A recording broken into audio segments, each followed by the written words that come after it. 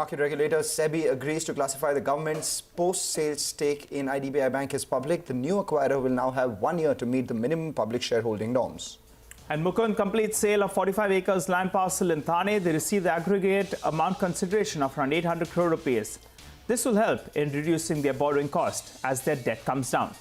Sobha records its best ever quarterly volumes and sales in the third quarter. Macrotech developers too post a strong growth in sales and says it's on track to beat its full year guidance of 11,500 crore rupees in sales. Brokerage house Kotak initiates coverage on Trend with a reduced rating, sets a target price of around 1,320 rupees a share, citing rich valuations.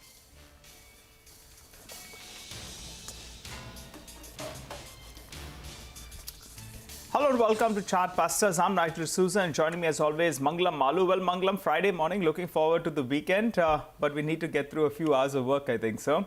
It seems the bears are back though. The bulls have taken a bit of a backseat because those bounces are getting sold into. The gap up as well did get sold into.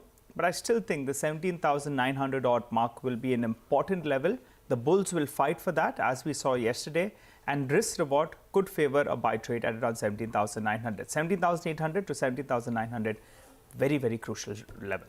I'll just watch the Nifty bank, Nigel. Whatever the Nifty bank does, we know the sense of where the market is going, because this has been leading the market so far. And if the Nifty bank continues to fall, then maybe there would be some concerns for the bears. But so long as the Nifty bank holds, and even if it shows a sign of recovery, then maybe we could see better prospects for the Nifty itself. Today, the Nifty is falling less, primarily because of Reliance. But let's welcome Manas Jaiswal for a quick check on the market. Manas, we bounced from levels of 17,900 yesterday. Do you think that level is under some pressure in today's trading session, or that may act as a support now? What are you doing? Good morning, Mangalam. Good morning, Nigel. So definitely the trend is definitely weak. Yesterday, Nifty tested its 100-day moving average. But today, Nifty is not sustaining on high levels. And I think that is more because of Bank Nifty, because Bank Nifty is looking more weaker right now. Now, if you talk about Nifty, I think if Nifty breaks its 100-day moving average, which is pays 17,875, then definitely you can see almost 150 to 200 points downside more. So I'm still bearish on the markets, and I believe that till Nifty is trading below 18,150. So this is a sell-on rallies market. So I think one should be cautious on higher levels, and even at current levels, one can definitely create short positions. Stop loss should be around 18,060. 18,060, that is cash levels. So I'm bearish on the markets right now. Okay, all right, bearish on the market, expecting a bit of a downside and short on bounces. That's the advice that's coming in. Manas, but what about individual stocks? What are you focusing on? Yeah, so individual stocks, I think one can definitely look at Hindustan Copper first, because stock has given a fresh breakout on the charts. We have seen significant higher volume today. The stock has broken the key resistance area of 116, 117. So take a long position here. Stop loss should be around 116 and target would be around 122. And one sell call, that is on LIC Housing Finance, where stock has broken its 20-day moving average after a very long time. And now I think you may see some more correction, because we have already seen a big rally in LIC Housing Finance in last, I think, 3-4 weeks time. So take a short call in LIC Housing. Stop loss should be around 416 and target would be 395. All right, we take that point. Thanks a lot, Manas, for joining in and giving us those calls. Let's get you a few ideas for profit coming in from our colleagues at Money Control Pro. Lekha Badlani joins in. Yes, thanks. So we're positive on Coromandel International, which is one of the largest private sector complex fertilizer player. Coromandel is focused on self-sufficiency of raw materials and has allocated 800 to 900 crore of capex for FY23. It has invested in a Senegal-based rock phosphate mines, which will help the company meet up to 1/3 of its rock phosphate requirements. It has also initiated a new sulfuric acid plant and is working towards debottlenecking its existing phosphoric acid plant. All these initiatives will help the company improve its margins. Its crop protection chemical business, which accounts for 15% of revenues, is a key focus area for the company. And its new multi-purpose plant at Ankleshwar is expected to be ready for commissioning by the end of FY23. The company ventured into another high-potential liquid fertilizer business last year and introduced 2 products, which received quite a strong response. And the company is looking to set up another liquid fertilizer plant in the coming year. Coromandel is also one of the largest organic fertilizer marketer in India and is working towards ramping up its current production capacity. At current market price, the stock is trading at 13 times over FY24 projected earnings. We believe Coromandel's strong distribution network and robust farmer connect would enable the company to fast scale up its crop care, organic and specialty nutrients business, which would be a key growth as well as re-rating trigger. We advise investors to accumulate the stock for long-term gains. Okay, all right. Thanks a lot for joining in and giving us that quick update. For the time being, we'll slip into a short break. On the other side, we'll focus on Mukund. The stock is higher in trade. They've completed the sale of their land parcel in Thane. We'll get chatting with Mr. Neeraj Bajaj.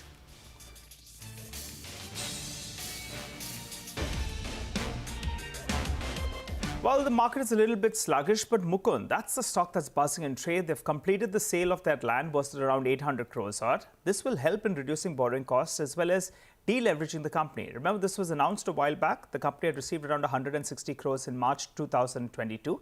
And now, in fact, they've received the entire quantum. To understand the way ahead, well, we're joined by Mr. Neeraj Bajaj, the Chairman and Managing Director of the company. Hi, Mr. Bajaj. Good morning. Well, first of all, wishing you a good 2023. Shareholders are quite excited once you took over from the erstwhile promoter. And they've been expecting the company to start performing. And this is a step in the right direction.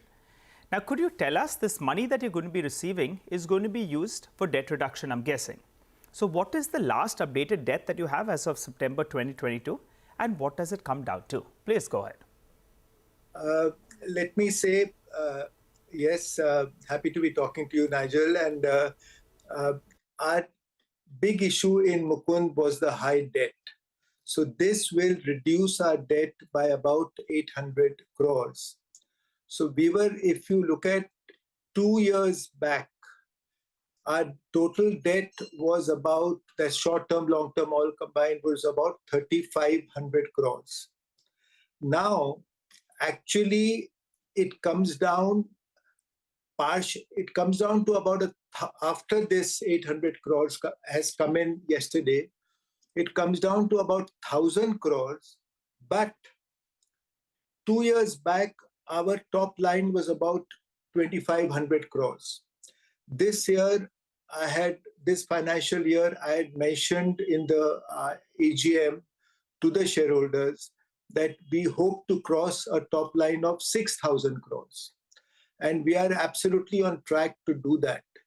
But what has happened is because of the more than doubling of the top line, the requirement for working capital obviously has increased by 400-500 crores. Right. So our total debt now would be about 1,400 crores. All right. So 400-450 crores has increased because of, in the last 2 years, because of working capital requirement. But otherwise, the debt from 3,400 has really gone down 3,500 crores to about 1,000 crores. So there's a huge saving, of course, in interest costs and right, paying which is exactly which is exactly what we wanted to find out. Mr. Bajaj, you said that your debt will come down from 3,500 crores to about 1,000 crores. Add about working capital of 400-450 crores to that itself. What kind of interest expenditure will you be incurring? Because over the last 4 quarters, you've been giving somewhere around 40 to 45 crores per quarter in terms of finance costs. How much will that come down to? So let me first say that we were paying on an average an interest rate 2 years back of about 13% or so cost to the company. Mm-hmm. Now this has come down to about 8.5%. So that's a huge saving in terms of quantum and the rate of interest. Now, obviously, if debt comes down by 800 crores and the marginal cost of, say, interest rate is about 10%, we straight away save 80 crores, which goes to the bottom line. So that impact will start happening right from today. 9% on 1,450 odd crores comes to around roughly 35 crores per month. Anywhere between that is per quarter. So is that the kind of number that we're looking? That's roughly 10 to 15 crores worth savings every quarter? Yes, because saving is straight away mathematically at least 80 crores saving per year, because that's the marginal cost of our borrowing. Yeah. And that 80 crores translates to 20 crores a quarter. Okay, all right. Mr. Bajaj, we want to talk to you. We request you to hang on. We have the RBI governor who's speaking, and then we'll come right back to you. So please hang on. Good morning to all of you, this distinguished gathering, and I'm delighted to have been invited by the IMF to join this distinguished gathering here today to discuss pathways to what was described as resilient, sustainable, and inclusive growth in South Asia. I'm happy to note that the conference proceedings will be anchored by research findings and policy recommendations of the book titled South Asia's Path to Resilient Growth. In the current international setting, global trade and growth outlook appear quite uninspiring, and policies have to be conducted amidst a whirlwind of uncertainty. At such critical times, conferences of this nature can help us better understand the evolving scenarios and policy trade-offs, which are not easy in the current times. In my address today, I propose to briefly cover some of my thoughts on South Asia's current macroeconomic challenges and policy priorities. Looking back into history, the South Asian region has been a key hub of ideas.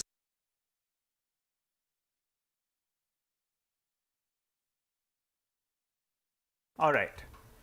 Okay. All right. We'll try to get back to what the RBI governor is saying. But Mr. Bajaj, thank you so much for waiting by. Well, you've given us a sense in terms of the debt picture, and the savings as well. So that's good news. Let's talk about the operational update. But before that, are there any other non-core assets that you have to sell, or is it done? For the time being, it is done. Okay. We will have a little bit here and there, but we have still very valuable land, over 100 acres at our Kalbe plant. So which right now, most of it is, of course, utilized by our stainless steel facility and the rolling mills and our machine building division. It's not non-core then, right? That's not non-core as of now. Absolutely. It's okay. So right now, there is nothing right now. Okay, all right. Mr. Bajaj, apologies for this, but requesting you to hang on. I think we've got that line back with the RBI governor. Alongside notable progress on key development parameters. As per the estimates of the IMF, South Asia contributes nearly 15% to global growth, led by India and Bangladesh. The region also receives 1/5 of total remittance flows in the world. The South Asian region has grown, responding to formidable global challenges in the past. Following the food crisis of the 1960s, with which all of us are familiar, the region successfully implemented the Green Revolution. And that brought about a huge change in this region in terms of achieving self-sufficiency in many parts of this region, and the earlier dependence on imports from other countries was considerably reduced. After the oil shocks of the 1970s, so that was in the 60s, and then subsequently, after the oil shocks of the 1970s, immigration from South Asia to West Asia became one of the largest market-driven labor flows. This in turn led to a significant increase in remittance flows into the region. The Asian financial crisis of 1997 impacted the South Asian countries in terms of surges in capital outflows and exchange market pressures. Over the years, as a crisis prevention strategy, the South Asian countries prioritized sound macroeconomic policies and embraced financial sector reforms, focusing on competition, prudential regulation, enhanced transparency, audit, and accounting standards. These measures helped in preserving macro stability while sustaining integration of domestic economies with the global economy. In recent years, multiple shocks, in particular the COVID-19 pandemic and the war in Ukraine, have dampened the economic prospects of the South Asian region as in other parts of the world. Some of the countries in the region have also been contending with ramifications of unsustainable debt and climate change-induced events. Consequently, they have been seeking recourse to the IMF's financing facilities. Notwithstanding these challenges, as per the World Economic Outlook database of October 22, which was released by the IMF, India, Bangladesh, and Maldives would be among the fastest growing economies in the world in 2022 and 2023. According to the Asian Development Bank's December 2022 outlook, the South Asian region's GDP is projected to grow at 6.5% in 2022 and 6.3% in 2023. Okay, all right. That was the RBI governor, but we'll get back to the conversation that we're having with the management of Mukund. Thanks so much, Mr. Bajaj, for waiting by with us. Now we'll have no more interruptions. Let's talk about business. Could you tell us, you're doing around 1,500 crores per quarter. As you said, 6,000 crores for the year. What about margins? They have come down to around 2.5–3% odd. Obviously, it's gone through a bit of a rough phase for the industry, not for the company specifically. What is the steady state margins that we can work with? The stainless steel industry on the whole could see a bit of a tailwind because of demand from pipes and various other sectors. Your sense? Margins, we are finding improvement quarter by quarter. There will always be a little ups and downs, but say for stainless steel, our order book is full. For alloy steels, our order book is full because in our partnership with Sumitomo Corporation of Japan, we have a company called Mukund Sumi Special Steels Limited. And this has put up us about 700 crore absolutely state-of-the-art rolling mill. So we believe we are producing world-class rolled steel, special alloy steel products at this mill. And that's why the customer response is very, very good.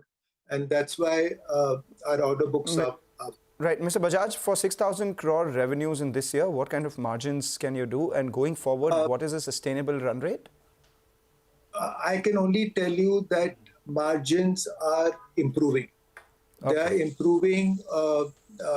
I should not say anything more than that. Okay. Because I have to share it with shareholders first. Yeah, I mean, shareholders are watching here, so you can obviously share it, and it will, be broadcast to them as you are speaking. So there's no first, second out here. But we take your point, your reluctance to give us quantitative details out here. What currently is your capacity? I mean, at optimum capacity, what kind of revenue can you do? And what's your utilization at? So utilization, now again, it's a difficult thing to define. What does it mean? What does it, is it 7 days working, 24 hours working? So I would say the plants are going all out because we are able to sell everything we produce. We do believe that some debottlenecking here, something here, so all that is in process going on. So for example, say 6,000 crores top line, we can maybe hope for maybe another 1,000 crores increase next year. And so that's sort of a thing we expect. And we are working on various plans to now, because we went through a very tough time in the last many years. Last sort of 2 years, we have come out of this, we have come into profits. And as we expect to do better and better, now we will also work towards growth and expanding capacity. Okay. So wherever we find that there are very good returns, and as I said, orders has not been a problem because we have been in specialized alloy steel as well as in stainless steel. We have been quality leaders in the country, and our products are accepted even internationally from the most fastidious customers in the world. Okay. So there we are very well positioned. But we were going slow on capacity expansion. Okay. That we can now work much faster. Okay, all right. Mr. Bajaj, the final question then, a couple of questions that I have is, you said maybe you could increase sales by close to 1,000 crores. To increase sales by 1,000 crores, do you have to incur some capex, or with the current gross block you can do that, or will the capex be marginal? Capex will be there, but it will be marginal. Marginal, because okay. it is not, because steel is very capital intensive, as you know. Yeah. So this is not a major capital outgo. It is more a debottlenecking. It's more efficiencies. It is more. So it is actually the capex will be there, but it will be marginal. Okay. And what about your sales mix as of now?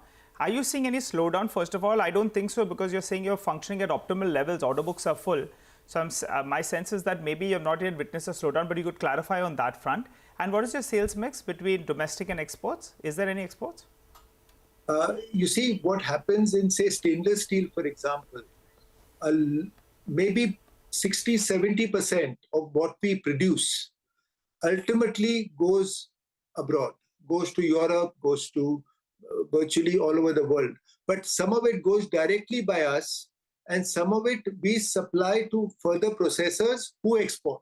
Right. All right. So if you ask about direct exports, it would be about, say, 30% or so. Okay. But indirectly, where we know it's being made for an export customer, of our customer, it would be about 70%.